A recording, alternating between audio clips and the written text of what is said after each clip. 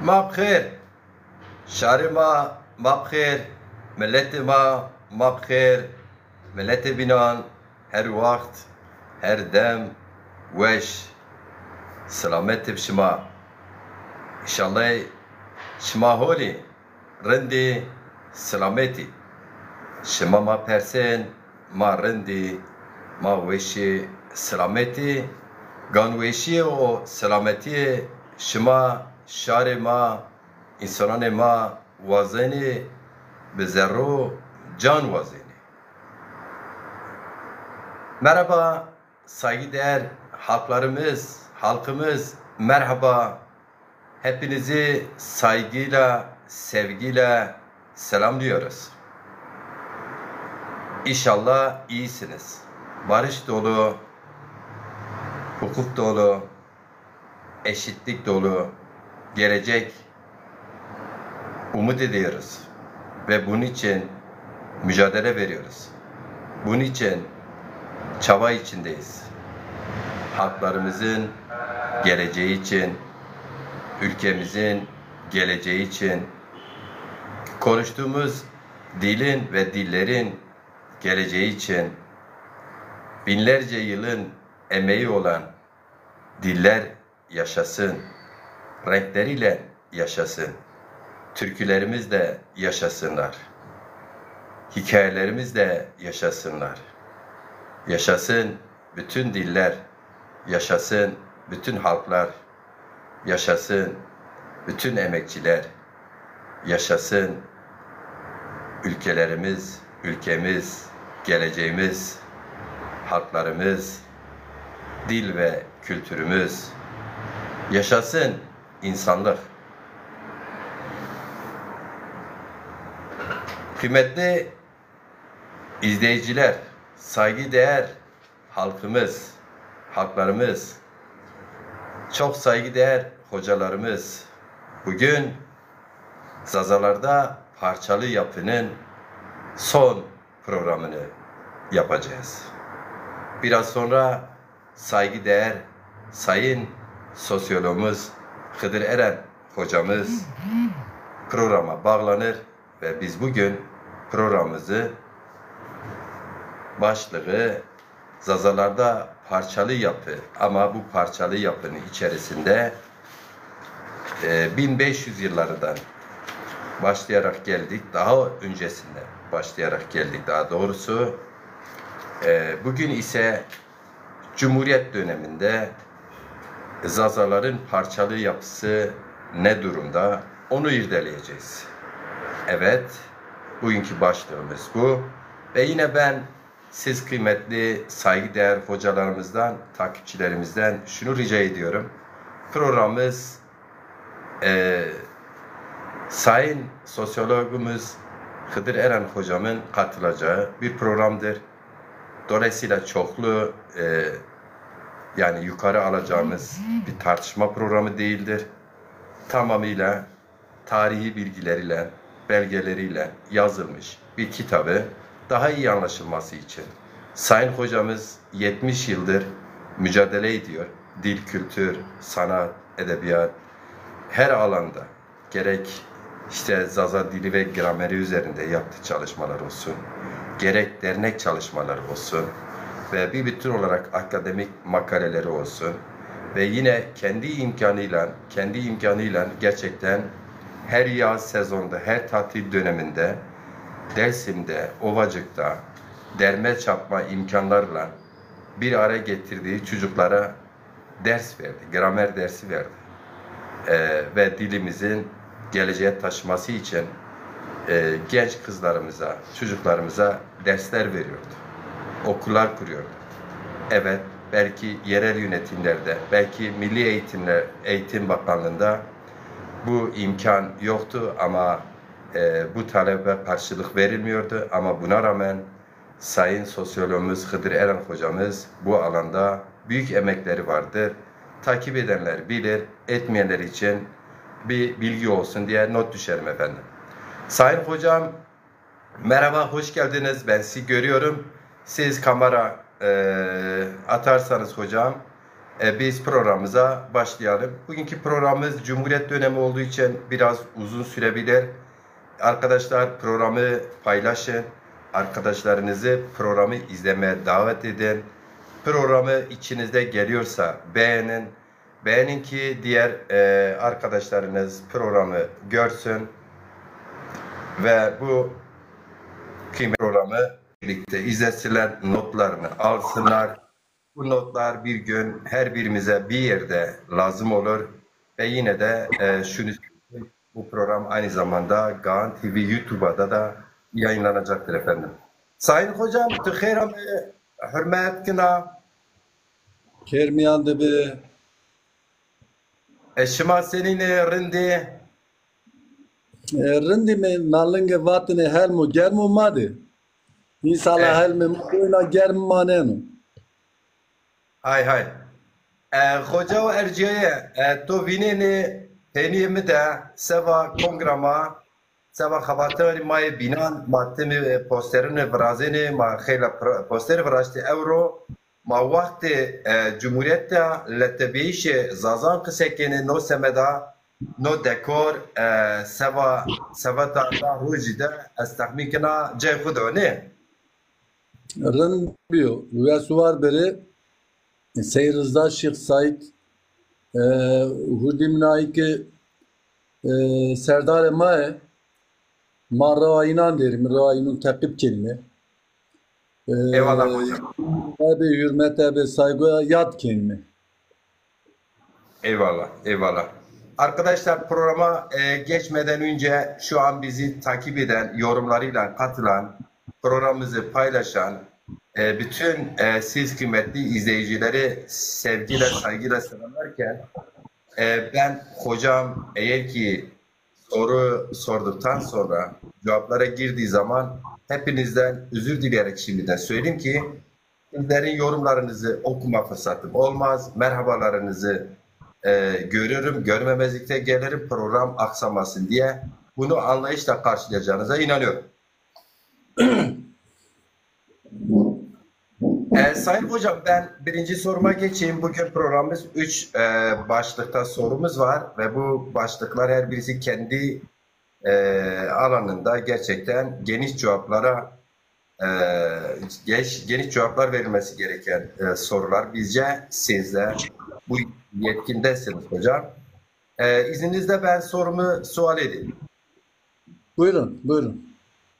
Hocam birinci sorumuz şöyledir. Cumhuriyet döneminde Zazaların durumu hakkında kısa bizleri bilgilendirebilir misiniz? Evet, sağ olun, var olun. Önceki konuşmalarımızı dinleyenler olmuştur, dinlemeyenler olmuştur.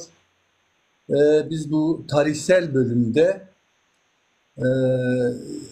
Emevileri, Abbasileri, Üveyileri, Safevileri, Akkoyunları sırasıyla hepsini konuştuk. Sonra da Osmanlı'yı konuştuk. Ve bugün de Cumhuriyet dönemine geldik. Cumhuriyet dönemini değerlendireceğiz bugün. Biraz uzun olabilir, biraz uzun sürebilir. Dinleyici arkadaşlara şimdiden sabırlar dileyim, ne diyeyim. Eyvallah. Cumhuriyet dönemine gelinirken, geçen işte Osmanlı döneminden de bahsettiğim, Osmanlı dönemini konuşurken de bahsetmiştik. Cumhuriyet dönemine gelinirken Sünnileşen Zazaların Osmanlı hukuku içerisinde kendilerine bir yer bulduklarını, Alevi Zazaların ise iyiden iyiye bu hukukun dışına itildiklerini gördüğümüzü söylemiştik.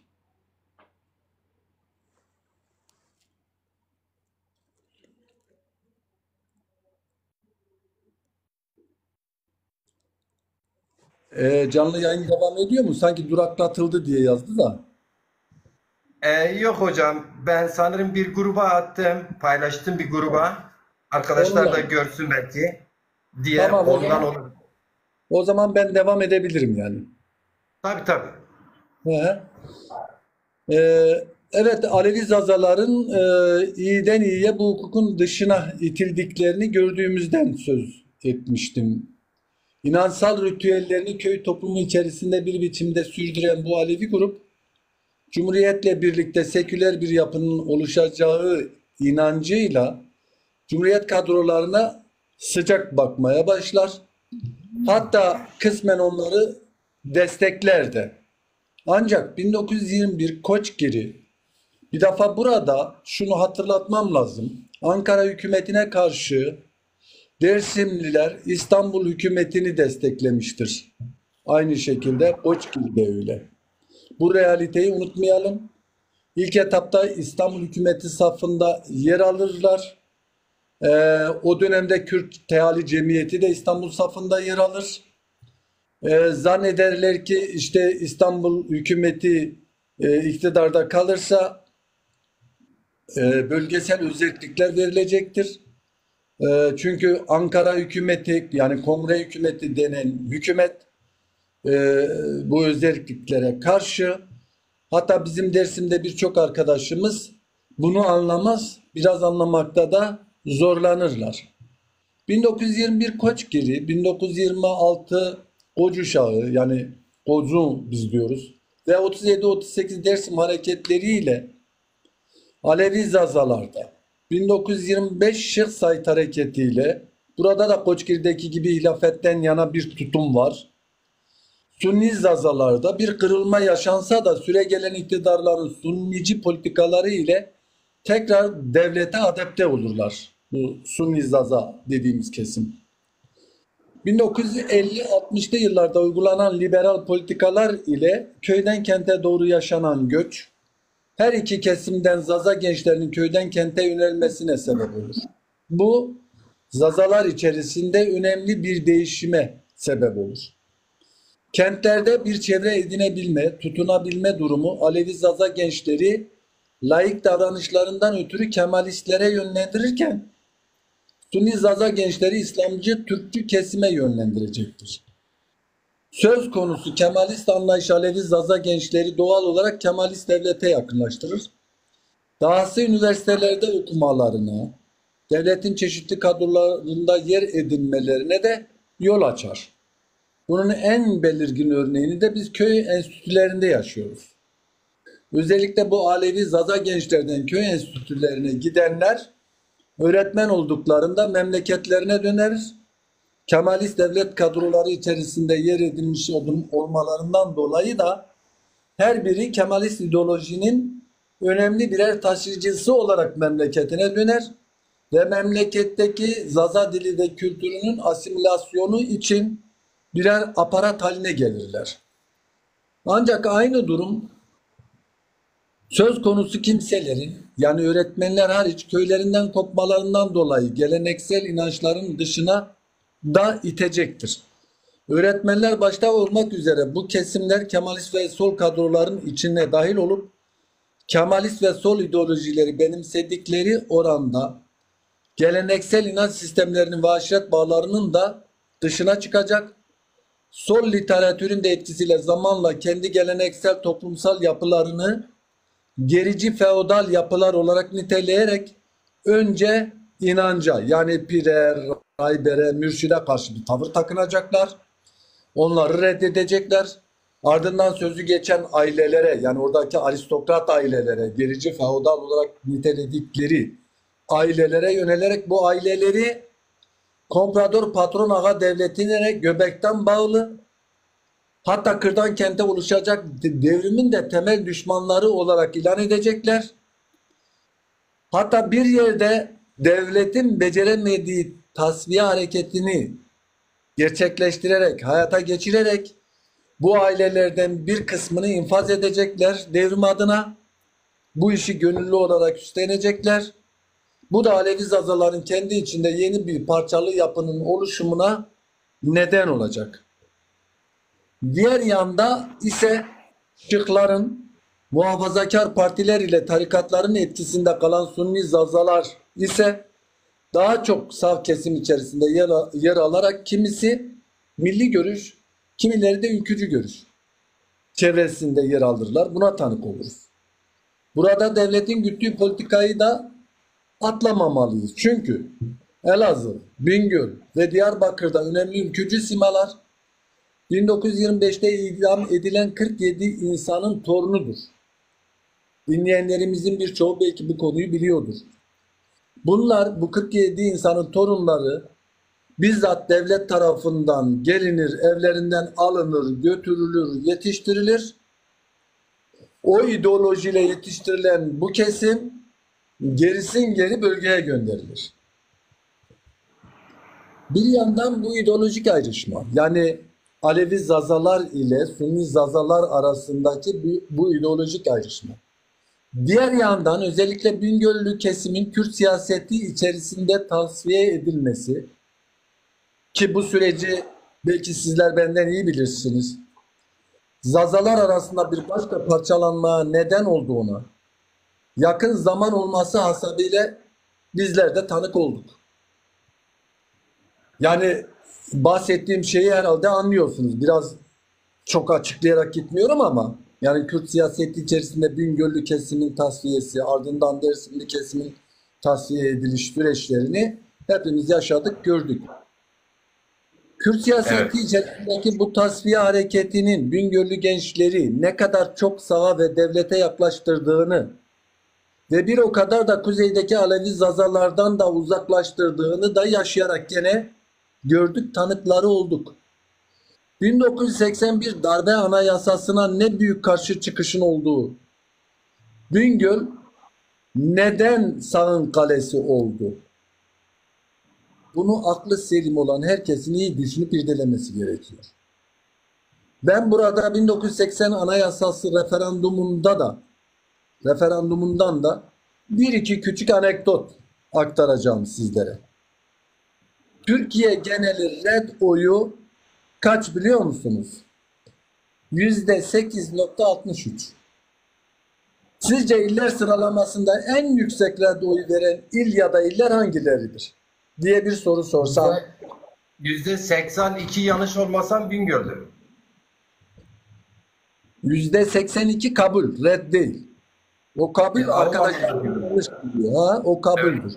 Evet. Red oyunu diyorum. Az bir şöyle bekliyorum. Niye bekliyorum biliyor musun? Alttan yazılar geçiyor ya. Acaba birileri bir şey yazacak mı diye bekliyorum. Dedim ya en yüksek radyoyu veren il ya da iller hangileri? Yok bir şey göremedim henüz. Şimdi böyle karışık gideyim. Mesela Rize, hani şu anda işte hükümet eden kesimin nüfus kütüğüne kayıtlı olduğu il Rize. Değil mi? Recep Tayyip Erdoğan'ın ili. Evet. Ondan önce de Mesut Yılmaz'ın ili. Onun için orayı seçtim. Anekdotlarımın içine koydum. Rize %9 red oyu vermiş. Yani %91 kabul. İzmir solun kalesi olarak bilinir. Hatta İslamcı kesim tarafından da Gavur İzmir diye adlandırılır. İzmir'de red %10, kabul %90. Evet. İstanbul Türkiye'yi temsil eder. Evet, Türkiye'deki ortalamanın üzerindedir red oyu. %12'dir. Bu %88'e tekabül ediyor. Yani kabul oyu bağlamında. Doğuya doğru dönüyorum şimdi. Sırayla gidiyorum. Hakkari %20 red. Yani %80 kabul. Dersim %21 red. Yani %79 kabul. Diyarbakır %24 red. Yani %76 kabul. Peki Bingöl? Bingöl %30 red. %70 kabul. Yani Dersim'den de fazla, Diyarbakır'dan da fazla Bingöl'deki red oyu. Kabul oranı da diğerlerinden tabii doğal olarak daha düşük çünkü %70. Yani Türkiye'de o anayasa referandumuna en çok karşı çıkan Bingöllü. Anladım hocam. Şimdi varın 1982'nin Bingöl'ü ile şimdinin Bingöl'ünü siz karşılaştırın. Ve ne oldu da Bingöl böyle oldu cevabını sizler bulmaya çalışın. Hani dedim ya bizim programımızın Bir yanı da insanların zihninde soru işaretleri yaratmak. Yani bir yerleri bir şeylerle mimlemek çok kolay. Onun geçmişi neydi, bugünü neydi, niye böyle oldu, hangi sebeplerle bunları irdelemiyoruz. Çünkü o zor, o yorucu bir iş. Birini bir şeyle damgalamaksa kolay.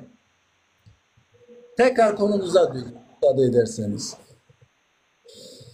İşte bu merkez ve güney zazalarının inanç bağlamında kuzey zazalarından uzaklaşmalarıyla ve kuzey zazalarının da iyiden iyiye içe kapanmalarıyla bakıyoruz ki artık dilsel anlamda da ağız farklılıkları derinleşmeye başlamış. Dahası bölgesel tanımlamalar öne çıkmış. Zazalar arasında parçalanma inanç, dil ve ideolojik yani zihinsel olmak üzere 3 boyutlu olarak giderek de derinleşmiş. Hani bölgesel olarak dediğim özellikle Dersim'deki dersimcilik olayı var ya, ona atıfta Evet. bulunmak söyledim onu. 1980'li yıllardan sonra özellikle Avrupa'da sürgünde yaşayan Zaza aydınlarının Zaza farkındalığıyla Alevi Sunni demeden bir araya gelerek sürevi yayınlar çıkarmaya başlamaları beraberinde bir Zaza aydınlanmasına yol açıldığına tanık olmuştuk. Ancak gerek Kürt siyaseti gerekse eski solcu Kemalist kesimlerin bu durumdan haz etmediklerini de görmüştük.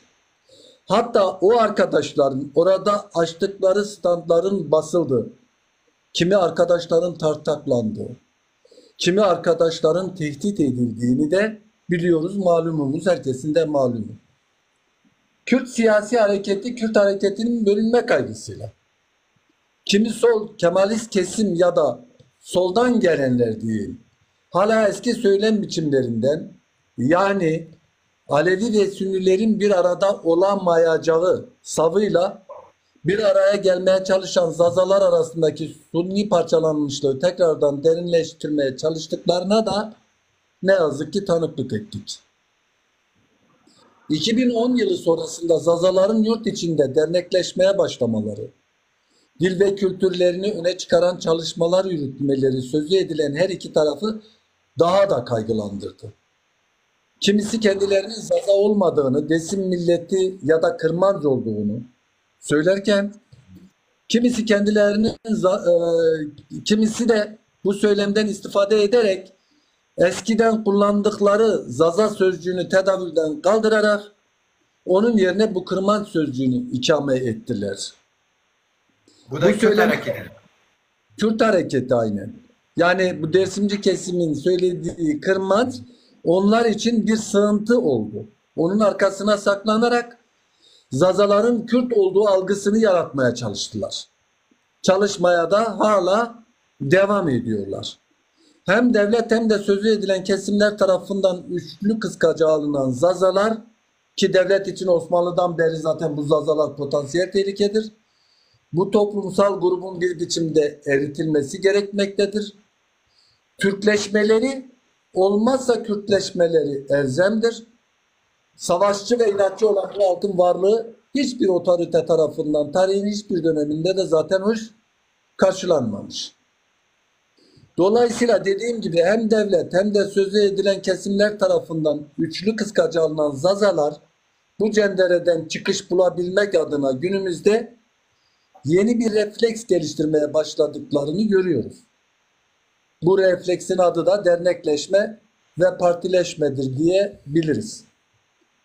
Söz konusu üçlünün Zaza dernekleşmesine özellikle de partileşmesine karşı tutumlarının nasıl seyredeceği beklenip görülecektir elbette. Ancak tarih gün itibariyle Zaza uyanışına karşı sözü edilen kesimlerin tutumlarının eskisinden daha iyi olmayacağını da haber verir gibi duruyor. Bunu da üzüntüyle belirteyim. Nedendir hocam? Bir ara soru gibi neden? Yani ben bir sosyolojik gözlem yaparak bunu söylüyorum. Eskisinden daha iyi olamayacak. Bu tavır ve tutumları daha da sertleşecek. Zaza mücadelesi keskinleştikçe, boyutlandıkça, Zazalardan milli bilinç milli uyanış arttıkça bunların kaygıları da artacak. Çünkü o biraz önce dediğim gibi Kürt siyaseti, Kürt mücadelesinin bölündüğü kaygısıyla hareket ediyor. Halbuysa bilinmesi gerekir ki Anadolu'da var olan bütün ötekileştirilmiş toplumların her birinin keşke bir partisi olsa. Bana sorarsanız keşke her ailenin bir partisi olsun. Demokrasi daha da yaygınlaşsın. Ve bunlar mecliste ittifak kursunlar. Yani dışarıdan ne ittifak kuralım? Değil mi? Mecliste ittifak kuralım. Sen, senin adına orada konuş. Laz kendi adına konuşsun, Çerkez kendi adına konuşsun, Süryani kendi adına konuşsun. Öyle değil mi? Yani Sonuçta herkes madem bu geminin içerisinde herkes özgür, herkes eşit birer birey olsun. Talep bu. Ama ne yazık ki üzülerek belirteyim Kürt siyaseti, Türk siyasetini taklit etmeye devam ediyor. Bundan üzüntü duyuyoruz. İnşallah bundan vazgeçerler. Öyle umut edelim diyorum. eyvallah hocam. Dediğinize katılıyorum. Yani Zaza siyaseti kendini toparladıkça, gündeme geldikçe bunlar daha da kendilerine bir kadar hizmet eden, hatta önderlik yapan kesimleri kaybetmeme adına itibarsızlaştırma siyasetine devam edecekler. O noktada katılıyorum. Ama biz güçlenirsek mecbur da kabul ederler. O noktaya da getiririz onları. Hocam ikinci soruya geçeyim. Olur. Evet. Hocam ikinci sorumuz şudur. Bir önceki programda 19. yüzyılda Zazaca'nın sürvenini konuştuk. Bugün de Zazaca'nın sürvenini bugün de 20. yüzyıldan bugüne Zazaca'nın durumuna dair konuşalım istiyorum hocam. Olur. Evet, bir önceki programda 19. yüzyılda Zazaca'nın serüvenini konuştuk. Aslında hani Osmanlı'yı konuşuyorduk ya. Osmanlı'yla birlikte Zazaca'nın durumunun ne olduğunu da konuşmaya çalıştık ama 19. yüzyılı temel alarak konuştuk. Yani 1800'lü yılları. Bugün de 1900'lü yılları konuşacağız. Günümüze kadar getirmeye çalışacağız. Şimdi Zazaların kendileri tarafından yazılan yani yazın hayatının ilki dün de bahsettik 1899'da Ahmed-i Hasi, ikincisi 1901 yılında Osman Efendi Babız tarafından yazılıp ancak 1933 yılında Şam'da baskıya girebilecek olan Mevlid'dir. Her ikisininki de Mevlid. Bunlardan sonra uzun yıllar herhangi bir esere ne yazık ki rastlamıyoruz. Osmanlı'nın son dönemlerinde çok partili hayatın getirdiği olumlu gelişmeler ne yazık ki önce Balkanlar ardından da Birinci Dünya Savaşı ile kesintiye uğradı. Akabinde olabildiğince demokrasiden uzaklaşılarak tamamen elden gitmekte olan vatan gailesi her şeyin önüne geçti. Bu dönemde doğudan Rus birliklerinin Anadolu'ya girişiyle birlikte Zazalar da dışarıdan gelen bir saldırıyla karşı karşıya kaldılar. Kimi alanlarda tamamen kendileri, kimi alanlarda ise Osmanlı paşalarının komutasında Rus birlikleriyle amansız bir savaşa girdiler. Yazılı ürünün verilmesine rastlanılmayan bu dönemde ki doğal olarak savaş dönemi zaten Rus savaşında kaybedilen özellikle Desim yiğitlerine yakılan ağıtlara bolca rastlıyoruz ki Zazaca'nın kalıcılığında bu ağıtların çok önemli bir yeri olduğunu belirtebiliriz. Siz de zannedersem o ağıtları yakanların bir kısmının resimlerini yapmaya çalıştınız. Tablolarla sergilemeye çalışıyorsunuz zannediyorum. Savaş sonrası Sevr Antlaşması Anadolu'da yaşayan halklara bölgesel haklar için ortam oluştursa da Bu umut çok kısa sürecek. Ankara hükümetinin iktidarı ele geçirmesiyle tüm umutlar berhava olmakla kalmayacak. Yeni rejim Anadolu'yu adım adım yeniden ele geçirecek. Tekçi sistemi mutlak kılmak için gereken her araca başvuracaktır. Tarih böyle seyretti. 19. yüzyılın sonu ve 20. yüzyılın başlarında bahsettiğimiz demokratik açılımların etkilerini görebilmek için, hani dedim ya o çok partili dönemde 19. yüzyılın başlarında bir demokratik açılım oldu ama Balkanlar ve Birinci Dünya Savaşı onu engelledi. O döneme baktığımızda gerek Kürt yayıncılığı gerekse dönemin siyasi partilerinin programlarındaki ana diller ile ilgili maddelerine mutlaka göz atmamız gerekiyor. Şöyle ki 1908 yılında Şark ve Kürdistan ile Kürt Teavül ve Terakki gazetesi, aynı isimle hatta cemiyette kurulmuş, öyle bir cemiyet de var. Böyle 2 tane yayın çıkıyor. Ardından Roja Kurdi 1913 yılında. Hetavi Kurdi 1913-14 yıllarında.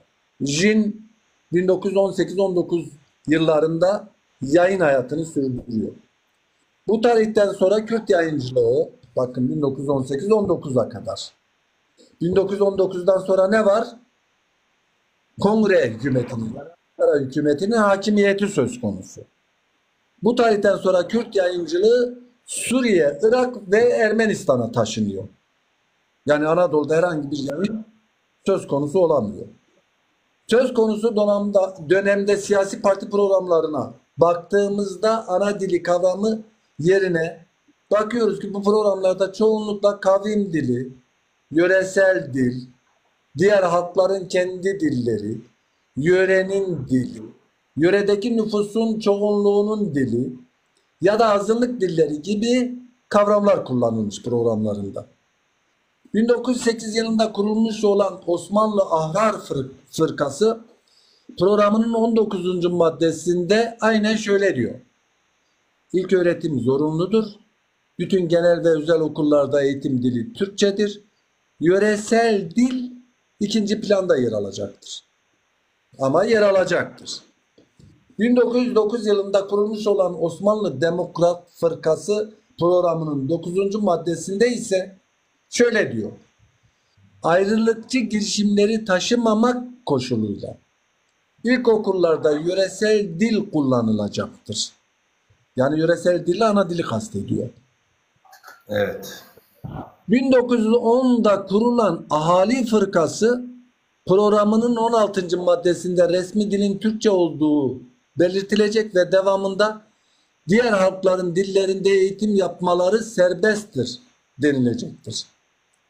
1911'de kurulmuş olan Hürriyet ve İtilaf Fırkası ise programın 20. maddesinde köy okullarında ve genel olarak ilkokullarda eğitim yörenin diliyle yapılacaktır.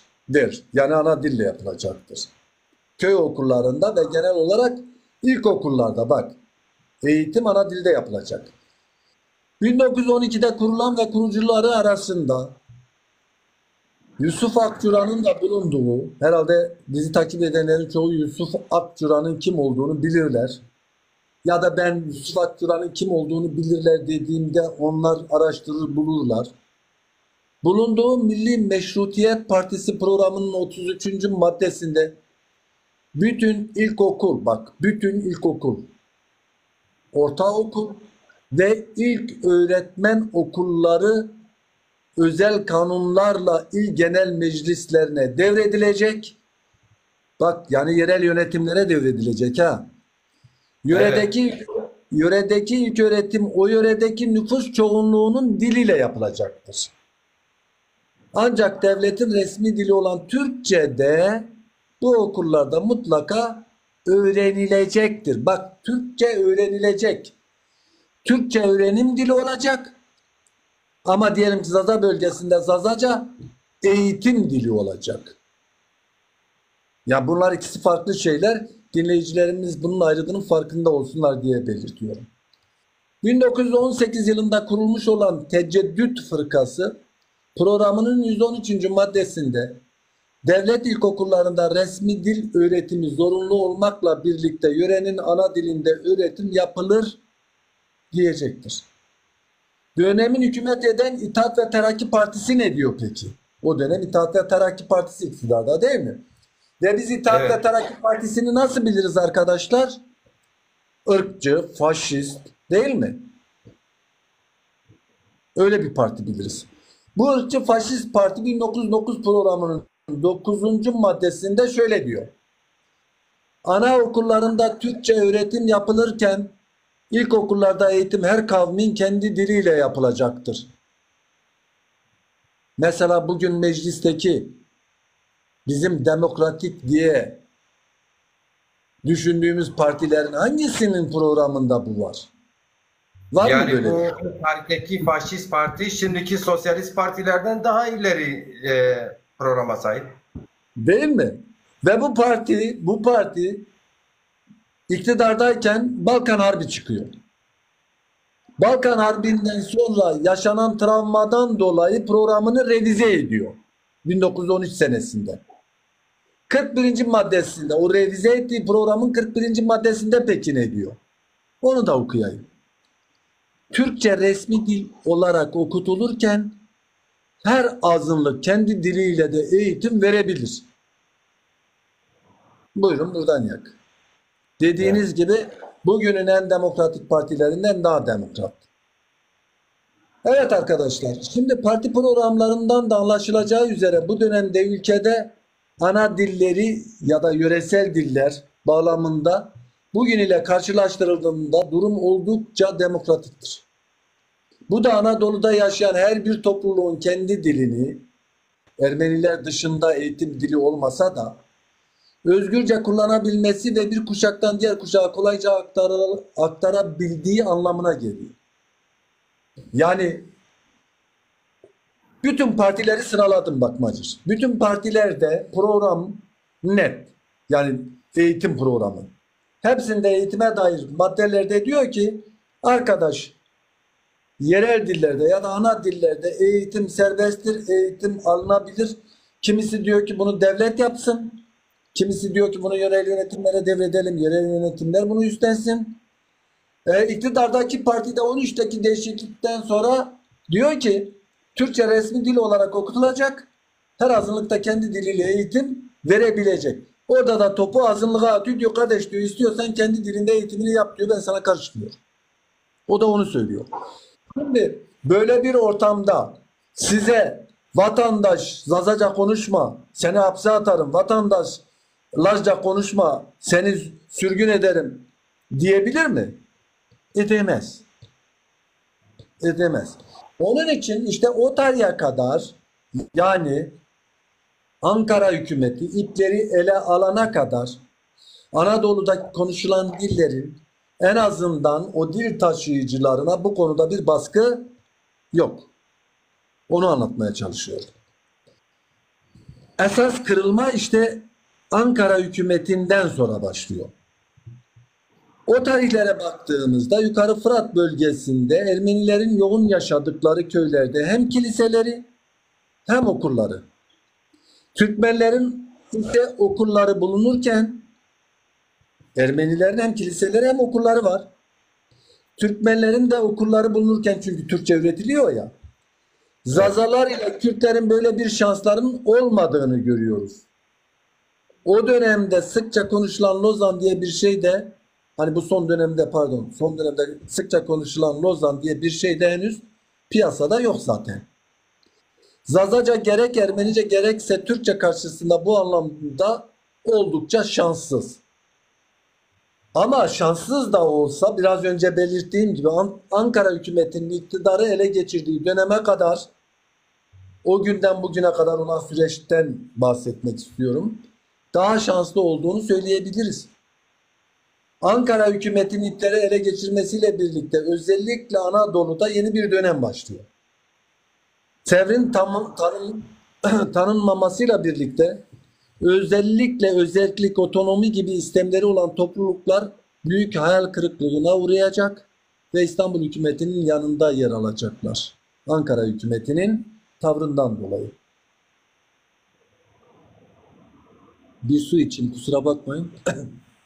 Rica ederim hocam tabii. Sadece otonomi, özellik isteyen topluluklar değil bakın. Onların dışında farklı kaygılarla İstanbul hükümeti yanında olup Kongre hükümetine karşı olanlar da var. Onu da belirtelim ki yanlış anlaşılmalara yol açmasın. Bu vesileyle Anadolu'da bir dizi çatışma görülür, yaşanır. 1919'da başlar bu çatışmalar, 38'e kadar devam eder. 1919-20 boyunca Batı Anadolu, İç Anadolu, Marmara Havzası, Batı ve Doğu Karadeniz hattı. 1921 Koçgiri, 1925 Şeyh Said, 1926 Koçan, 1927 Mutki ve Sason ve de en son 37-38 Des. Bütün bu hareketlilik Türk dili ve kültürü dışındaki tüm dil ve kültürel topluluklar üzerinden bir silindir gibi geçer. Dersim'de 37 sonrasında yaşanan travma, Kuzey dediğimiz bölgede özellikle Koçgiri'de 1921, Merkez Zaza bölgesi dediğimiz Piran ve çevresinde 25, Mutki ve Sason'da 27'de yaşanmış. Bu sebeple de buralarda dilin erozyona uğraması daha erken bir zamanda başlamıştır. Yani Dersim'de o bölgelerden biraz daha geç o erozyon hikayesi başlıyor. 20. yüzyıl öncesinde Zazaları birbirinden koparmak ve daha kolay asimile edebilme politikası Zaza bölgelerine yerleştirilen Kürtlere havale edilmişti. Bunu geniş geniş anlatmıştık. 1920 sonrasında Ankara hükümeti tarafından oluşturulacak tamamen devlet eliyle Türk ulusu yaratma politikasıyla Anadolu'daki tüm topluluklar gibi Zazalar da Türkleştirilmeye tabi tutulacaktır. Oluşturulan bu ulus politikasıyla Anadolu'da yaşayan herkes Türk ve Müslümandır. Artık Anadolu'da vatandaş Türkçe konuş kampanyaları başlatılır ve bu çalışmalar sıkı takibe alınır. Biz sosyoloji son sınıfta okurken bir kız arkadaşımız Ankara hükümetinin ipleri ele alıp Türkçe vatandaş konuş kampanyaları başlattığı dönemdeki mahkeme kayıtlarını inceledi. Tez konusu oydu. O tez konusunda ortaya ne çıktı biliyor musun? Hapse atılan insanların büyük çoğunluğu vatandaş Türkçe konuş maddesine muhalefetten ceza giymişler. Ve bunların çoğu da seyyar satıcı biliyor musunuz?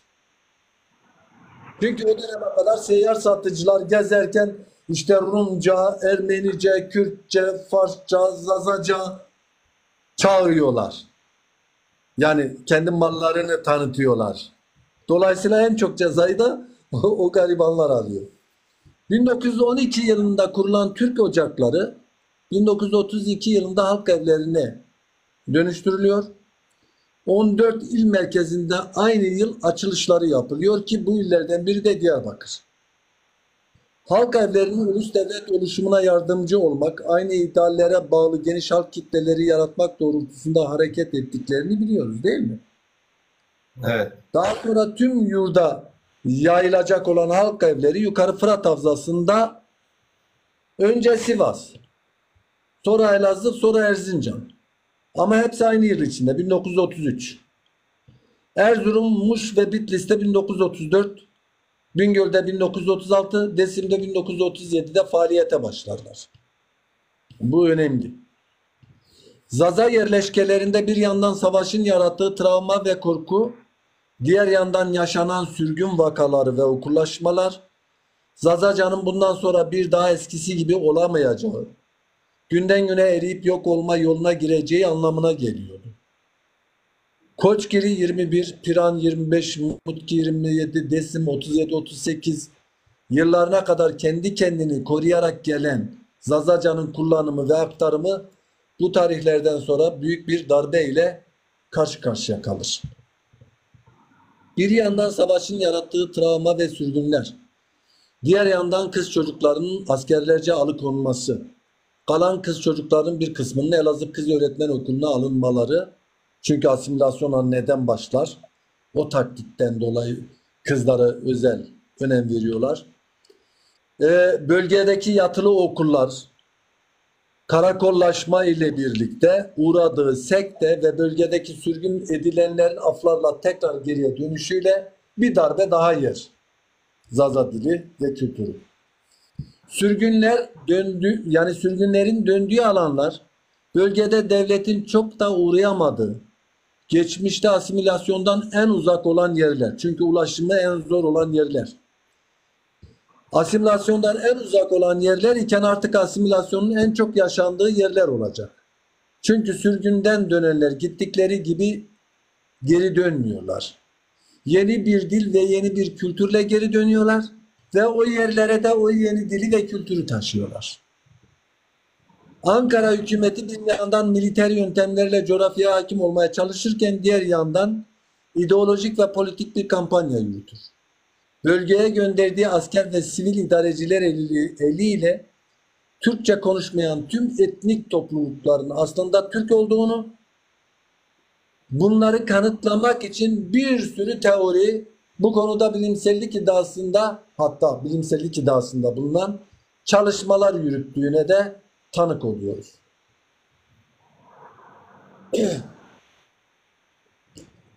Bu dönemde Doğu diye tabir edilen iller hakkında yayınlanan sayısız devlet raporu, kitaplar ve gazete yazılarında buradaki dilsel farklılığın Türkçenin Fars ve Arap etkisiyle bozulmaya ile oluştuğu, halkın özbenliklerini unutmuş Türk boyları olduğu iddiaları ortaya atılır. Bunlar çok sıkça işlenir. 1925 Şubat Şeyh Said olaylarından sonra aynı yılın Eylül'ünde hükümet buraların Türkleştirilmesini hedefleyen bir dizi düzenlemeler içeren şark ıslahat planlarını onaylayacak. Hatta bu şark ıslahat planında öngördüğü bir dizi uygulamanın yanında şu var. Bölgede devlet daireleri ve kamusal alanda Türkçe dışında dillerin konuşulmasının cezalandırılması, kız mekteplerine önem verilerek kadınların Türkçe konuşmasının sağlanması ve leyli iptidailer yani yatılı okulların açılması, bu maddelerin o şark ıslahat planının içerisine konması da ayrıca manidardır. Tek parti dönemi boyunca devlet umumi müfettişlerinin kurulması, sürekli sıkı yönetim ilanı, 30 yıllardaki kadro hareketi ve ideolojisinin olabildiğince yaygınlaştırılması ile 14 Haziran 1934'te kabul edilen İskan Kanunu'yla birlikte şark ıslahat planının önerileri hepsi asimilasyonu daha hızlandırabilmenin yol ve yöntemleridir. 1935 Tunceli Kanunu, 37-38 Dersim Hareketi ile birlikte DESİM, söz konusu uygulamaların en kapsamlı ve de en kanlı biçimde hayatta geçirildiği alan olacaktır. 1920'den itibaren bölgeye gönderilen askeri ve sivil yetkililer bölgenin dilsel, inançsal ve toplumsal yapısına, aşiretlerin iç çelişkilerine, silah kapasitelerine, devlete yönelik tutumlarına dair ayrıntılı istihbarat raporları oluşturmuştur. Hatta meşhur Colik Nuri Sivas'ta yakalandığında onun cebinde de bu neviden istihbarat raporlarına benzer raporların çıktığı da kayıtlara geçmiştir. Kayıtlarda görmek mümkün olur. Devletin resmi raporlarında kullanılan dil, tanımlamalar ve çözüm önerileri geç Osmanlı dönemindeki raporlarla çarpıcı bir biçimde benzerlik arz ediyor. Söz konusu raporlarda çözüm önerileri başlığı altında şunları görüyoruz.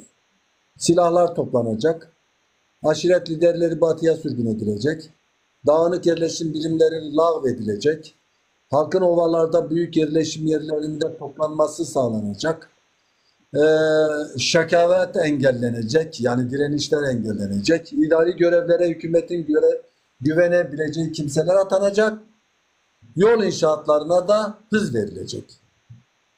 Bunlar niye yapılıyor? Böylece o yerlere devlet müdahalesi daha kolaylaştırılacak, değil mi? Okulların açılması, kız çocukların okullara alınması ve Türklük propagandası daha rahat yürütülecek. Yani en ücra köye kadar gidilebilinecek. Yani asimilasyon için ne gerekiyorsa ivedilikle sahneleniyor arkadaş. 1930'lu yıllara gelindiğinde Yukarı Fırat bölgesinde devletin istediği noktada olmayan tek bir yer kalmıştır. O da Dersim. Buranın üzerinde tam hakimiyet sağlamak ve kendi tabiriyle bu çıbanı kökünden kazıyıp atmak için 25 Aralık 1935'te Tunceli Vilayeti'nin idaresi hakkında kanun çıkarılır. 37'nin bahar ve yaz aylarında askeri kuvvetler operasyon yürütür. Birçok aşiret lideri öldürülür ve tutuklanır. Devletin isyancıların lideri diye tanıttıkları Seyit Rıza 1937 Eylül ayında Erzincan'a hükümet temsilcileriyle görüşmeye giderken yakalanıp hapsedilir ve 15 Kasım 1937'de oğlu ve diğer 5 Dersim öndergeleriyle birlikte de idam edilir. Seyit Rıza'nın hapsedildiği günlere dair dönemin basınına baktığımızda o dönemin elitlerinin şu biçimdeki demeçlerine rastlıyoruz. Özellikle İsmet İnönü'nün demecini çok önemli. Hepsinin demecinde şu var. O dönemin elitleriyle işte devlet yetkililerinin demeçlerinde Dersim artık ıslah edilmiştir. Dersim artık İstanbul gibi, Ankara gibi bir vilayet haline gelmiştir. İsmet İnönü aynen şöyle diyor harfi harfiyen. Dersim'de jandarma ve hükümet kuvveti tamamıyla tesis edilmiş ve buralarının Ankara sokaklarından bir farkı kalmamıştır. Şimdi 37'de bu söyleniyor. 37'nin sonbaharında. Ama bir bakıyorsun ki 1938'in bahar ve yaz aylarında harekatın ikinci safhası hayata geçiriliyor. Operasyonlar iyiden iyiye genişletiliyor. Hatta kendisine ehli mutiiz diyen aşiretleri de kapsıyor. Ve katliamlar kitleselleşiyor. Soykırım boyutuna varıyor. Bu süreçte diğer yerlerde de olduğu gibi yerel halkın bir kısmı milisliğe zorlanır. Komşu Sunni Zaza aşiretlerden makaracılar oluşturulur. Devlet güçleri, aşiretler, bireyler ve inançlar arasındaki husumetleri kullanarak can kayıplarının yanı sıra ileriki yıllarda da etkisini sürdürecek biçimde birlik hissini tarif olmasına, bu parçalı yapının derinleşmesine ve toplumsal ilişkilerde güvensizliğin artmasına sebep olacak uygulamalara da girecekler. Yani aileyi aileye düşman ederek bunu oluşturacaklar. Ardından başlatılan zorunlu göç travmayı iyiden iyiye tırmandıracak. Kitleler kime ve neye güveneceklerini, kime ve neye inanacaklarını şaşıracaklar. Zorunlu göç ettirilen Dersimler daha önceleri Koçgiri'den, Piran ve çevresinden, Mutki ve Sason'dan göç ettirilenler gibi Türk nüfusun yoğunluklu olduğu yerlere iskan edilecekler. İskan edildikleri yerlerin dillerini, kültürlerini, inançlarını alarak kendi dil, kültür ve inançlarını yitirmeleri hedeflenecek. Hedef bu. Sürgün edilenlerin geri dönüşüne izin veren yasal düzenleme ancak 1947'de hayata geçirilebilecek. Artık hiçbir şey gibi de eskisi gibi olmayacak ne yazık ki. Çünkü o sürgün edilenler geri döndüklerinde ne dil, ne inanç, ne de kültür. Hiçbir şey eskisi gibi değildir. Memleketin siyasetini belirleyenler çoğunlukla katledilmiştir. Kalanlar sürgün edilmiş. Sürgüne gidenlerden bir kısmı yeni yerlerinde siyasetin birer belirleyeni olamamanın verdiği acıyı yaşarken ve tekrar eskisi gibi sahibi oldukları siyasetini belirlemede bir biçimde aktörü oldukları topraklara döndüklerinde orayı da eskisi gibi göremediklerinden dolayı bir travma daha yaşayacaklar. Muhtemeldir ki bu sebeple memlekete dönüşün serbest kılınması sonrasında bu bahsettiğim kesim yurduna döndüğünde ne kendisi eski kendisidir ne de yurdu eski yurttur. Döndükleri yurtlarında da siyasetin dışında kalırlar. Artık buraların siyasetini belirleyen tamamen Türk devletidir.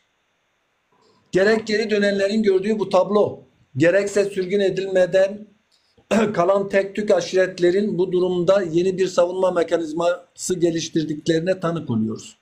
Nedir bu? Çocuklarına devlet kapısında yer bulabilmek için çocuklarını okutmak. Bunun için ellerinde ne var ne yok satma yoluna giderler. Çocuklarını okutmaya çalışırlar. İşte bu çocuklarını okutarak siyasetin birer aparatı olma isteğinde olan geçmişin dil ve kültür taşıyıcıları bir yerde bu tavırlarıyla, bu davranışlarıyla dil ve kültür bağlamında kendi tercihleriyle asimilasyona teslim olurlar. Hatta kendi eliyle çocuklarını asimilasyonun çarkları arasında öğütürler. O günler ülkede tek parti döneminin sona erdiği çok partili ya da demokrat partili dönemdir. 1941'lerde 40'larda faaliyete geçen köy enstitülerinin mesela o dönemde Akçadağ 1940, Sivas 41, Erzurum 42, Dicle 44. Ardından da ilk öğretmen okulları projesi hayata geçirilir. 1960'ların liberal politikaları gençleri öğretmen okullarına yönlendirirken Mameki merkezde de bir öğretmen okulu inşa edilir. Yani Diyarbakır'da hani kuruluyor ya, ardından da Mameki. Öğretmen okulu bu çevrede işte Sivas'ta var, Akçadağ'da var, Diyarbakır'da var ve en son Mameki'de. Öğretmen okullarına dönüştürülen köy enstitülerinin yanına eklenen Tunceli Öğretmen Okulu diğerleriyle birlikte bölgede ana dili asimilasyonunda önemli bir rol üstlenir. Bundan böyle köy enstitülü öğretmenlere bir de ilk öğretmen okulu öğretmenler katılır. Onlar da abileri gibi çocuklara evlerinde dahi kendi dillerine yasak koyar ve köylerin de en güzel kızlarıyla evlenirler. Evlendikleri kadınlara ve çocuklarına da ana dillerini bıraktırarak iyi bir Türkçe öğrenmeleri doğrultusunda telkinlerde bulunurlar. Siz öğretmen karısısınız, yani öğretmen eşisiniz. Siz öğretmen çocuklarısınız. Bu bölgede en güzel Türkçeyi siz konuşmalısınız. Telkinler bu türde devam eder ve hızla bir asimilasyon yolu tutturulur. Hızlanan karakol ve okullaşmanın ve dahi açılan yatılı bölge okulları yanına bir de hızlanan yol, köprü, sulama kanalları eklenir. Yani 19. yüzyılda raporlarda belirtilenler bu tarihlerde eksiksiz olarak yerine getirilmeye çalışılır. Bu hamlelerle bölge daha fazla beyaz katliama maruz kalır. Bu dönemde bir yandan Zazacan'ın en iyi yaşatıldığı uzak köy ve mezralardan bu yatılı okullara çocuklar taşıma yoluyla, diğer yandan gençlerin öğretmen okullarına yönlendirilmesiyle asimilasyon daha da boyutlanır. Bölge yatılı okullarında sadece asimilasyon yürütülmez. Aynı zamanda otoriteye tapınma ve mutlak itaat da öğretilir. Hangi yatılı okul mezunuyla konuşursanız konuşun, hepsinin ortaklaştığı nokta yatılı okulda gördükleri şiddettir. O şiddetin sebebi onların otoriteye tapınmasını ve mutlak itaata yönlenmeleri için yapıldığını hepimiz de biliyoruz elbette. Sunni bölgelerde bu yöntemlerin yanı sıra, yani bu yöntemler hem Zaza bölgelerinde hem Sunni bölgelerde, ama Sunni bölgelerde bunlara ek olarak bir de 1925 Şeyh Said olaylarında Diyarbakır'da idam edilenlerin torunlarının vakası var. Bu vaka ne? Bölgede ülke ocaklarının lider kadrosunun neredeyse tamamı bakıyorsun ki bu 47 kişinin, yani idam edilen bu 47 kişinin torunları. Şaşıp kalıyorsun. Bu ne biçim bir şey? Biraz şöyle eşelediğinizde görüyorsunuz ki o dönemde bunlar köylerinden alınıyor, götürülüyor, özel olarak yetiştirilip, devşirilip tekrar bölgeye gönderiliyor ve ülke ocaklarında başına konuluyorlar. Aynı dönemlerde asimilasyonun bir boyutu da bu. Onu anlatmaya çalışıyorum. Aynı dönemde bölgede müzikle ilgilenen radyo evlerinin biliyorsun hikayesi var. Hani Nurettin Sözen Anadolu'yu karış karış dolaşıyor ya. Aynı zamanda bölgeyi de bir uçtan bir uca dolaşır. Bu bölgelerin melodi ve müzikleri ile Zazaca kılamları yerine bunlar sanki Türkçe türkülermiş gibi Türkçe çevrilip radyoda okunmaya başlanır. Bu da asimilasyonun bir başka boyutu olarak ortaya çıkar. Söz konusu dönemde Kuzey Zazalarında Sol ve Kürdi, diğer Zaza bölgelerinde sağ ve muhafazakar ve Kürdü bir çizginin gelişmeye başladığına da tanık oluyoruz. Kuzey Zazalarında Desim burada öncü bir rol oynuyor. Bir araya gelen Desimli gençler tarafından bunlar çoğu üniversiteli. Ankara'da Tunceliler Kültür Derneği kuruluyor. Hemen akabinde 1957'de de İstanbul'da bir şubesi açılıyor. Tunceliler Kültür Derneği Ceride-i Dersim adında bir gazete çıkarmaya başlıyor. Bu gazete yazılarını inceledik. Yazılarında esprili bir dil kullanılmış. Siyasi hicivler var. Desim'in insanlarıyla ilgili komik hikayelere yer verilmiş. Ancak Zazaca tek bir kelime geçmiyor. İstanbul Derneği'nin yöneticisi olan ve Ceride-i Desim gazetesini çıkaran ekip içerisinde o dönemde Sait Kırmızı Toprak, yani Doktor Şivan, Ali Anagür, Hüseyin Akar gibi o dönem İstanbul'da üniversite eğitimi alan ve yeni oluşan Kürt hareketi içinde de yer alan genç Dersimlileri görüyoruz. 1960 darbesi ve 49'lar davası yeni bir dönemin başlangıcı olur adeta. Bu dönem Türkiye'de Kürt hareketinin gelişmesi için yeni dinamiklerin sunulduğu bir dönemdir diyebiliriz.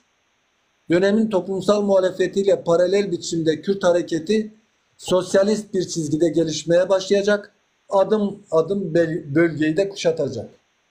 Aynı günlerde Dersim toplumu ise 1960'larda ülke çapında yaşanan sol politizasyon sürecinde sol partiler, devrimci örgütler, sendikalar ve öğrenci örgütlenmeleri içinde yoğun biçimde yer almaya başlıyor.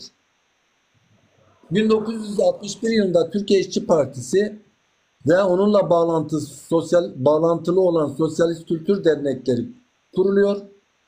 Tip Tunceli gibi Doğu illerinde Kürt siyaseti etkisindeki kimseler tarafından kuruluyor. Önderlikleri onlar tarafından yürütülüyor. Kısmen Kürtlük bilincine sahip, kısmen de sol eğilimli kesimin desteklediği bir parti olma yoluna girerek bu doğrultuda Dersim'de de bir taban bulduğuna şahit oluyoruz. Parti içinde yer alan geçenlerde kaybettiğimiz Tarık Ziya Ekinci, Naci Kutlay, Kemal Burkay gibi isimler oluşan Doğullar ekibi parti siyaseti vasıtasıyla Kürt meselesini gündeme getirmeye başlarlar ve Kürt taleplerinin parti programına alınması için de yoğun bir uğraşı verirler. Kemal Burkay ve Tunceli'deki tip üyeleri 1968'den itibaren Ezilenler adıyla yerel bir gazete çıkarıyor. Bu gazetede yerel sorunlar, haksızlıklar ve tipin politikaları üzerine yazılar yazıyorlar. Hatta mizahi şiirlerde Kürtçenin kullanıldığını görüyorsunuz. Ancak burada da Zazaca'ya tahmin edeceğiniz gibi yer verilmiyor. Görülen o ki 1960'lardan itibaren sosyalist yapılar ve Kürt siyasi örgütleri Dersim toplumu içinde etkili olmayı başarmış. Siyasi perspektifleri sosyalist devrim ve bağımsız Kürdistan için mücadeleyi içeren bu siyasi oluşumların söylemlerinde 37-38 bir isyandır, bir başkaldırıdır, bir ayaklanmadır. Bu biçimlerde tarif ederek kendi mücadelelerine aslında tarihsel bir dayanak oluşturma gayreti içindedirler.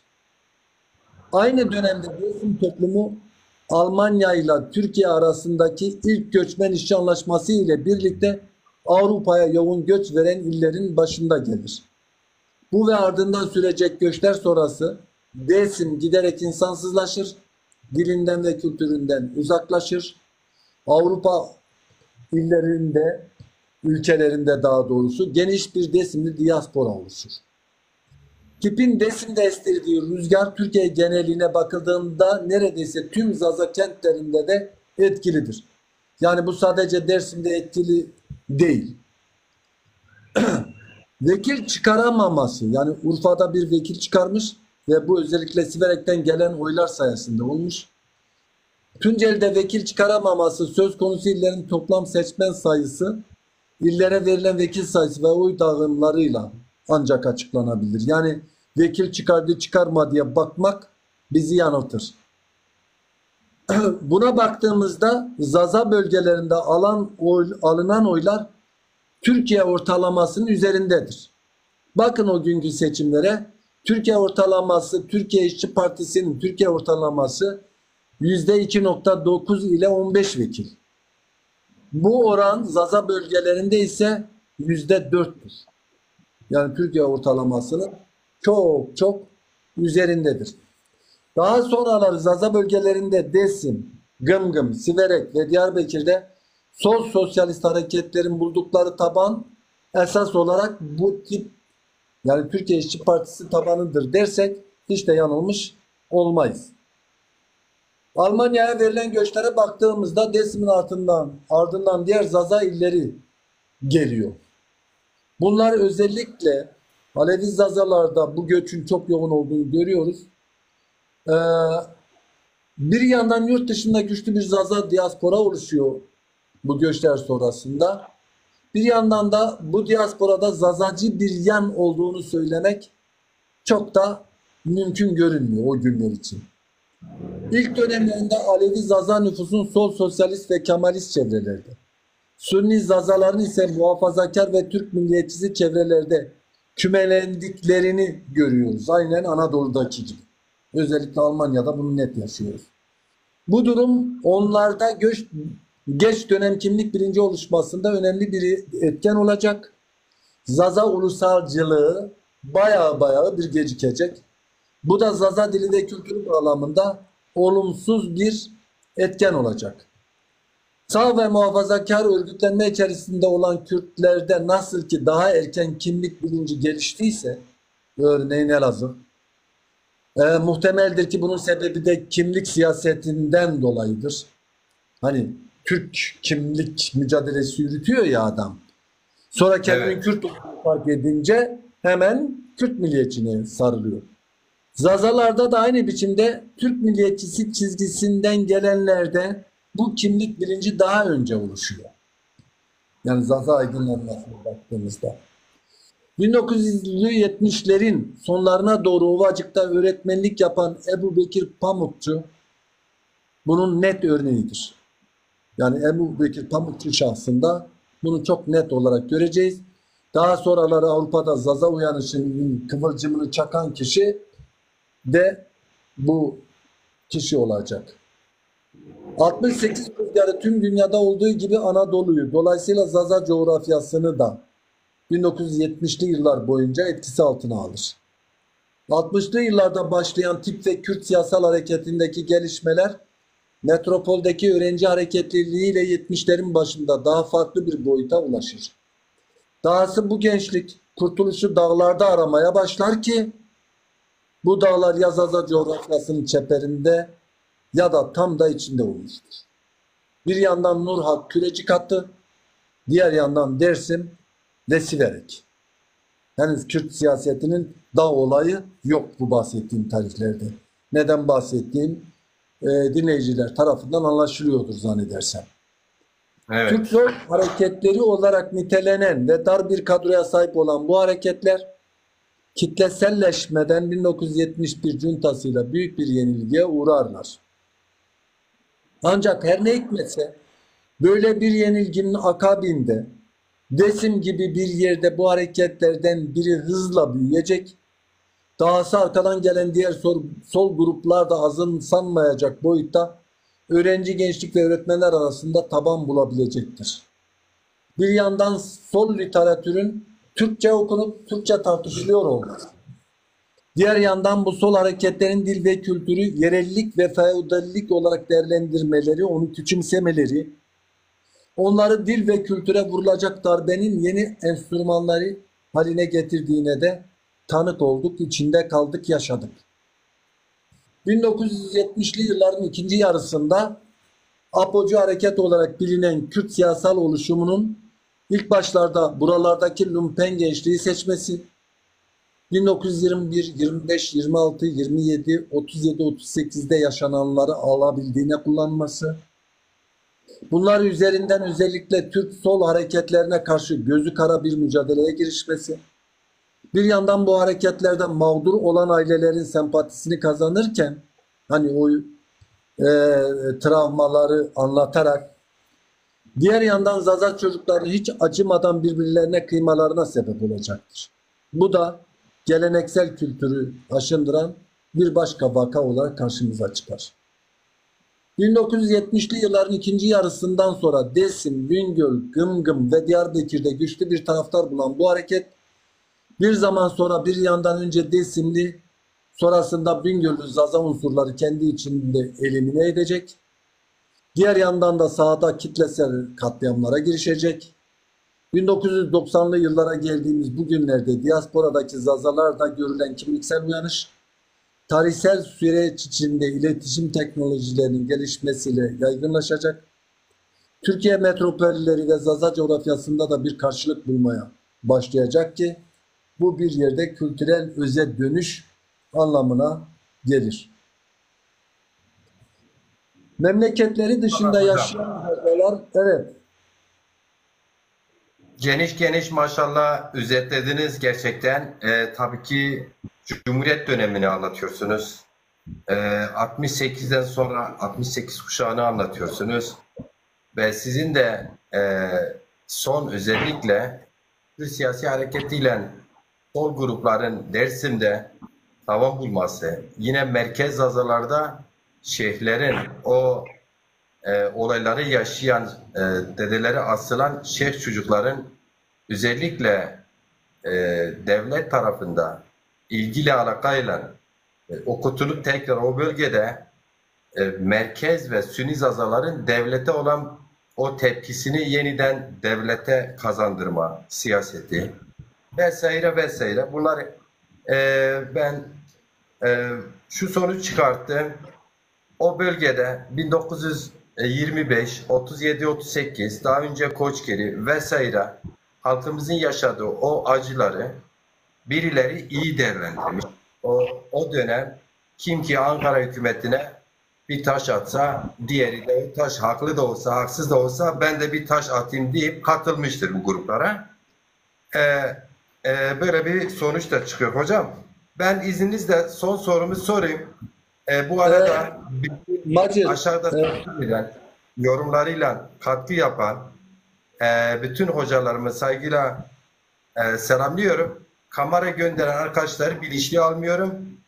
Çünkü burada söz hakkı bu son programda Zazalarda parçalı yapı kitabın yazarı, eserin yazarı, sosyologumuz saygıdeğer hocamızın, o sebeple bu yayın kayıt altındadır ve bu yayın hem diğer sosyal medya ağlarına da paylaşılacaktır.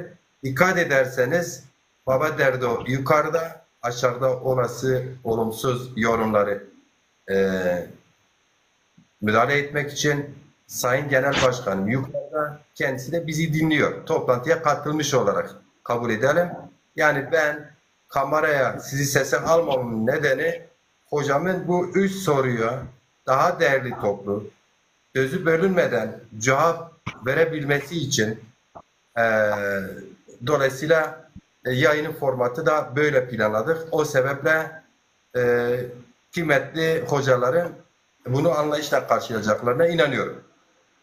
Hocam, 3. sorumuz da şudur. Bütün bu konuştuklarımızdan sonra son bir soru da sormak isterim.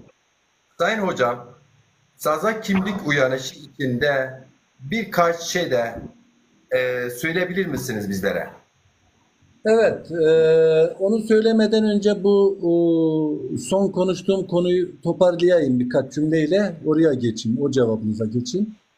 Evet. Yani memleketleri dışında yaşayan Zazalardan bahsettik ya, 1990'larda siyasal, kültürel ve etnografik dergiler, hatta tarihsel incelemeler, romanlar ve dernekleşme faaliyetleriyle kimliksel yeniden inşa pratiklerini peş peşe ortaya koyduklarına da tanık olduk. Haksızlık etmeyelim, onu da belirtelim. Yine söz konusu dönem aynı zamanda hemşeri derneklerin faaliyetleri ve dayanışma platformlarının oluşturulduğu, bu derneklerde bir araya gelerek kendi dil ve kültürlerini kısmen de olsa dillendirdikleri bir dönem olduğuna da tanık olduk. Onu da belirtelim. Ve sözümüzü o noktada şöyle tamamlayalım. Görünen o ki artık Zazalar kurdukları hemşeri dernekleriyle, çıkardıkları dergi, kitap ve gazetelerle yeniden şekillenme, kendilerine yeni bir siyasal çizgi oluşturmaya başlamışlar. Bu da bizi mutlu ediyor. Evet, sorunuza dönüyorum. Zaza kimlik uyanışı için ne diyebiliriz? Bütün bunların. Evet. Zaza kimlik uyanışı ve ana dil farkındalığı olarak tanımlanacak süreç 1980'lerin sonunda Avrupa'ya siyasi mülteci olarak göçmüş, daha çok Dersimli ve Diyarbakırlıların dilsel ve etnografik çalışmaları ve örgütlenme faaliyetleriyle başladığını söyleyebiliriz. Bunun esas olarak Avrupa'da başlayıp filizlenmesinin nedeni elbette azınlıkların dernekleşmesi ve kültürel yeniden üretim faaliyetleri içine oralarda kolayca girebilmeleri. Ancak burada kültürel çoğulculuğu destekleyen Avrupa kriterlerini de tabii unutmamak gerekiyor. Yani o sayede orada o şekilde örgütlenilebilirdi. Ayrıca değil mi? Ortam önemliydi. Ayrıca 1980'lerin ortasından itibaren Avrupa'da dergiler etrafında gelişen Zaza farkındalığı, Dersimli ve Diyarbakırlı Zazalar dışındaki Zazaların da kendi kültürel kimliklerini fark etmelerine temel oluşturacaktır. Bu siyasi çizgide olan Zaza entelektüelleri Avrupa'da dilsel ve kültürel incelemelere odaklanan pek çok dergi çıkarmıştır. Nedir bunlar? Sırasıyla sayayım. Gerçi çoğunu arkadaşlar biliyor. Ayrı, Pia, Razazaistan, Berhem, Vakt, Desmala Suri, Raşdiye, Vari, Tica Sodri, Kormuşkan, Şevk, Zerke Evru. Bunlar hepsi yurt dışında. Bunlar hepsi dergi. Dergi bunlar. Bu dergilerde Zazaca dili, Zaza toplumunun etnik kimliği ve tarihsel kökenleri, Zaza folkloru, inanç sistemleri ile 1921, 25, 37, 38 kırımı üzerine yazılar mevcut. Aynı zamanda bu dergiler Zaza yaşlıların özellikle Dersim'den kaynaklık ettiği sözlü tarih anlatılarının toplanması ve folklorik derlemelerin kayda geçmesi için de önemli birer etken olduğunu da belirtmeliyim. Çünkü bütün bu dergiler bizde mevcut. Hepsini arşivlemiş durumdayız. 1980'den sonra sosyalist ve Kürt bağımsızlıkçı örgütlerle bağları zayıflayan Avrupa ülkelerindeki kimi Desimliler, Desimi Kırmancı olarak dillerinde Zazaca tanımlaması dışında tutma gayretinde olan kesim de kendi kimliklerine dair bir arayışa girmiştir. Onu da görüyoruz, gözlemliyoruz. Küresel ölçekte eski sol olarak tarif edilen sınıf mücadelesinin zayıflaması, kimlik siyasetlerinin kuvvet kazanması ve Avrupa ülkelerinde etnik azınlıkların örgütlenmesine imkan sağlayan altyapı, bu kökenlere dönüş hareketini besleyen faktörler olmuştur. Bu çerçevede Avrupa'daki Desimler Zazaca ana dili, Desim inancı kültürü ve 37-38'e dair sözlü tarih çalışmalarını konu edinen etnografya dergileri ve dernekler etrafında örgütlenmeye başlamıştır.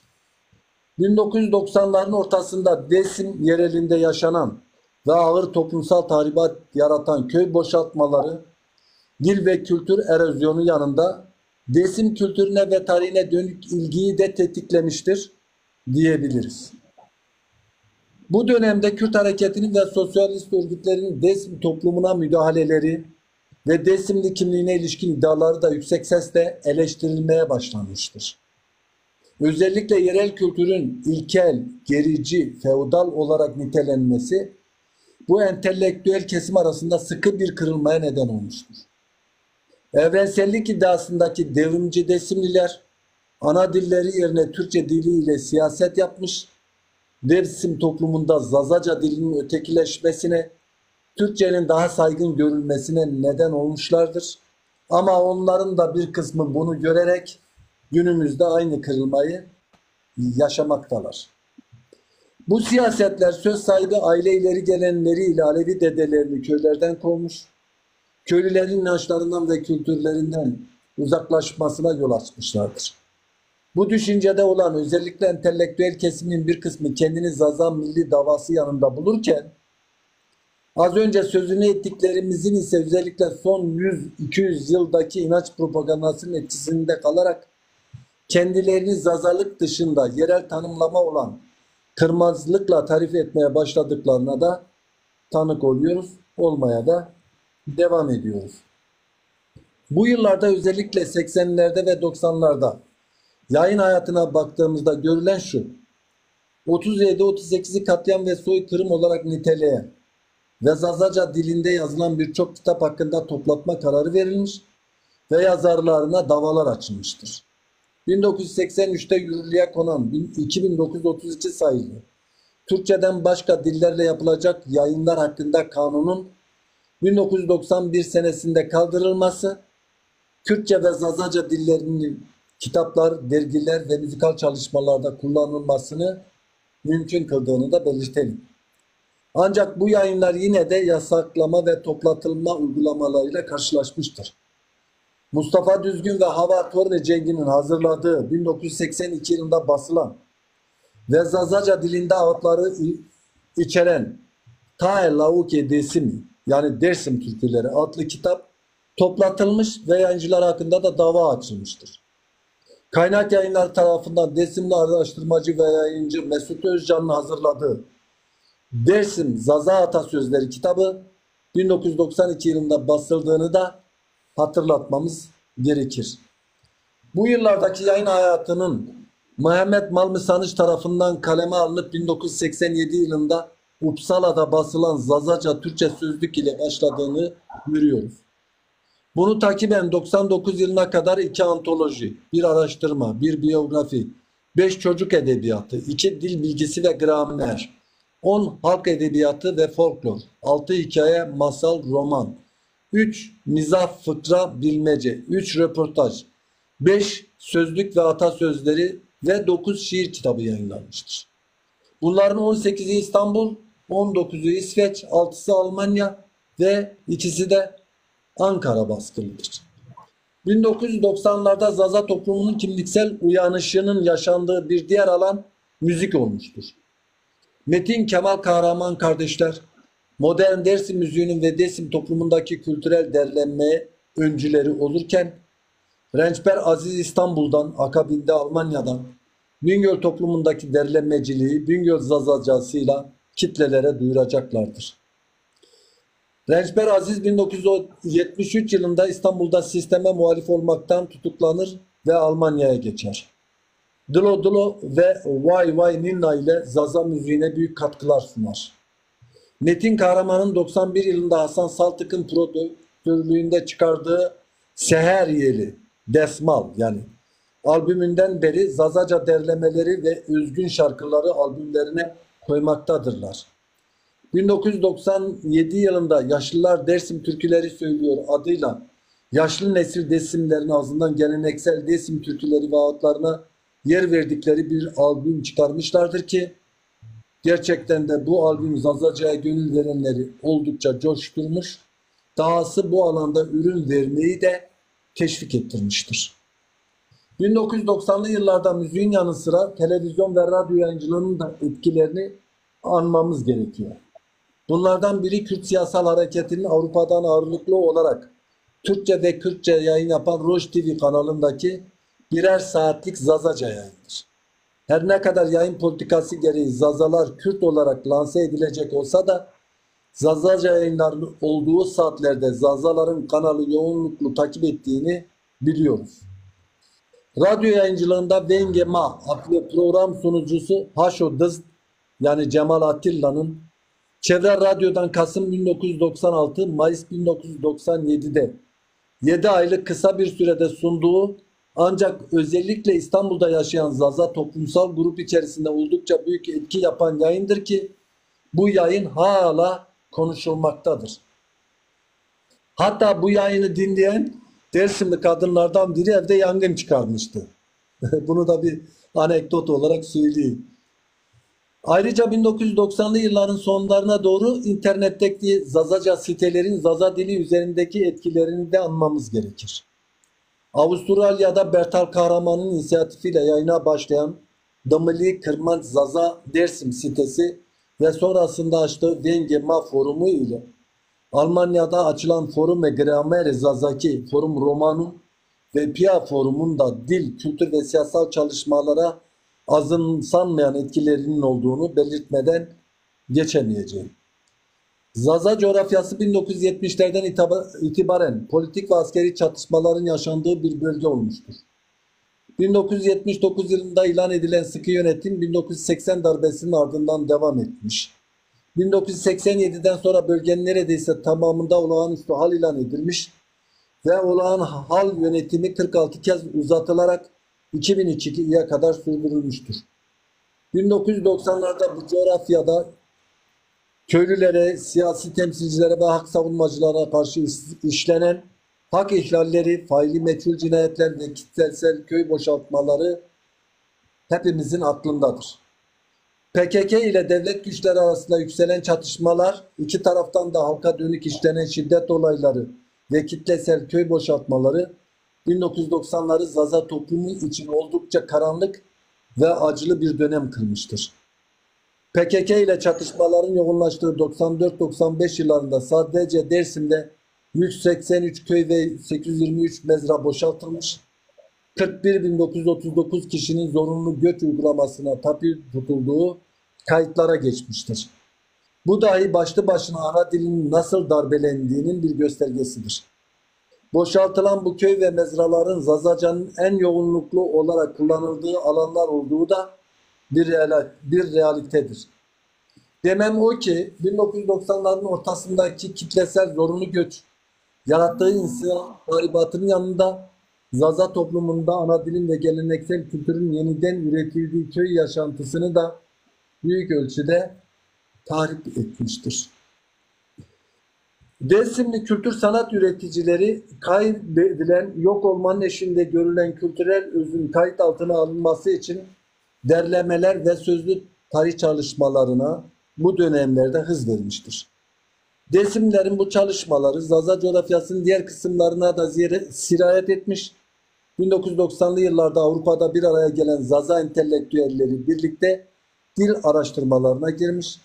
Dahası kimi dil bilimcilerle birlikte Zaza dilinin gramerini, yazım kurallarını tespit etmeye çalışmış ve bu çalışmayı Rasnustena Zonema ve Zazaca okuma yazma el kitabı olarak 93 ve 97'de baskıya verilmiş.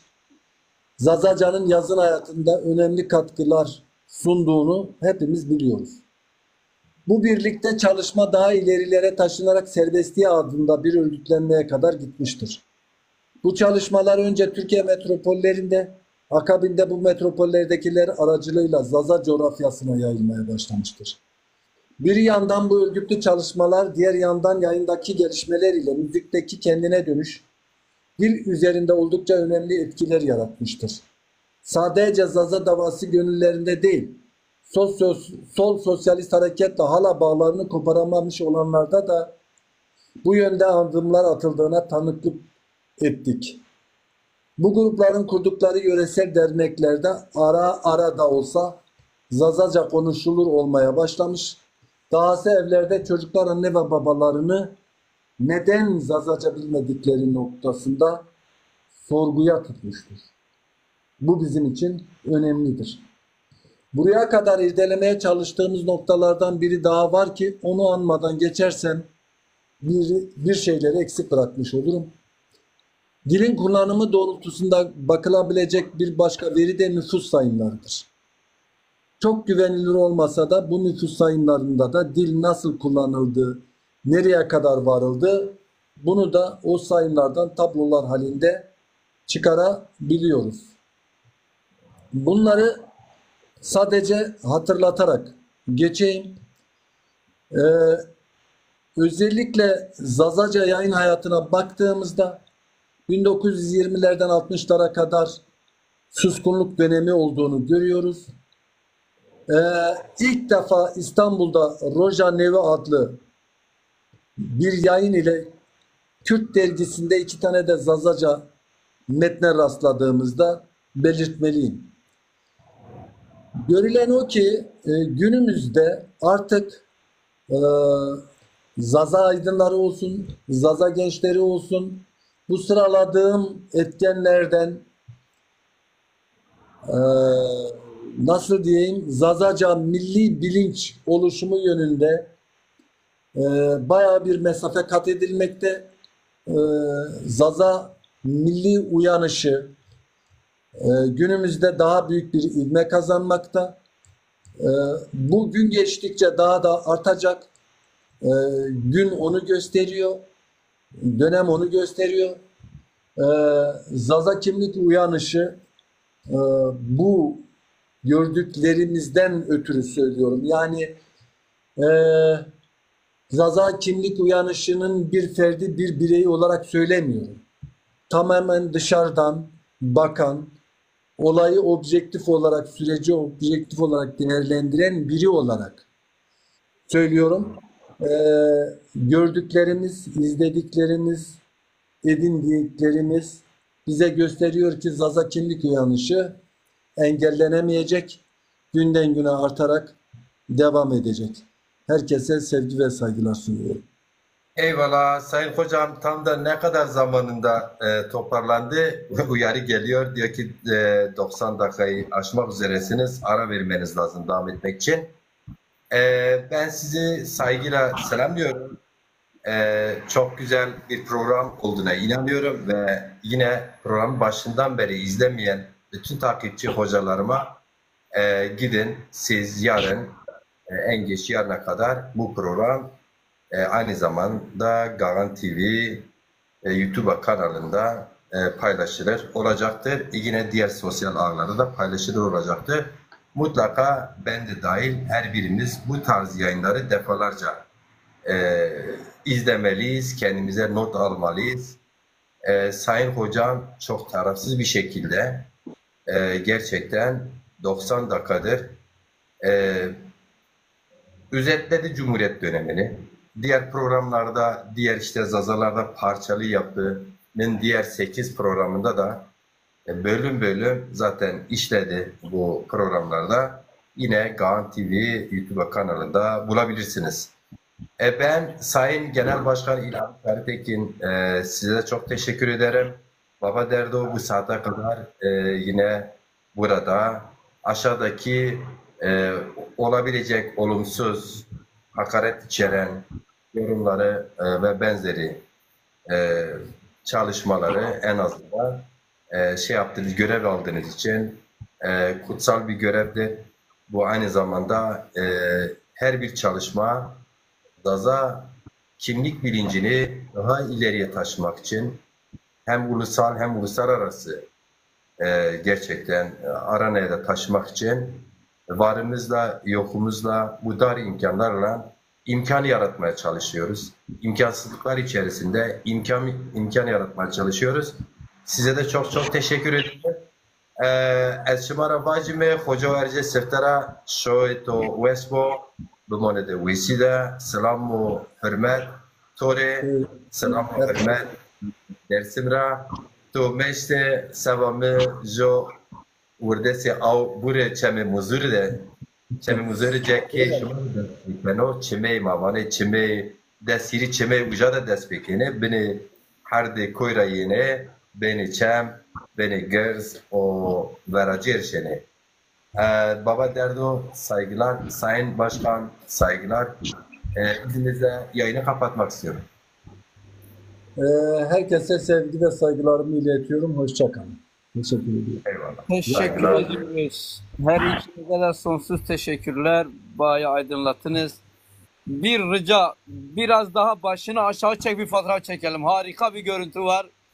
Biri bana çeksin alsın. Böyle biraz ortağa doğru. Ortağa doğru Kekeci'nin sola doğru. Tamam. Harika bir fotoğraf. Çekeyim. Öyle bir zahmet bize atın. Teşekkür ediyorum. Saygılar sunuyorum.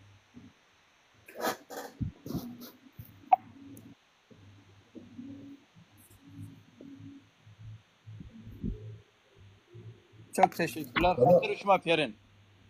Eyvallah. Ama bir de rahatı, hatır bişma. Evet, şimdi. Hak bu da rahatı.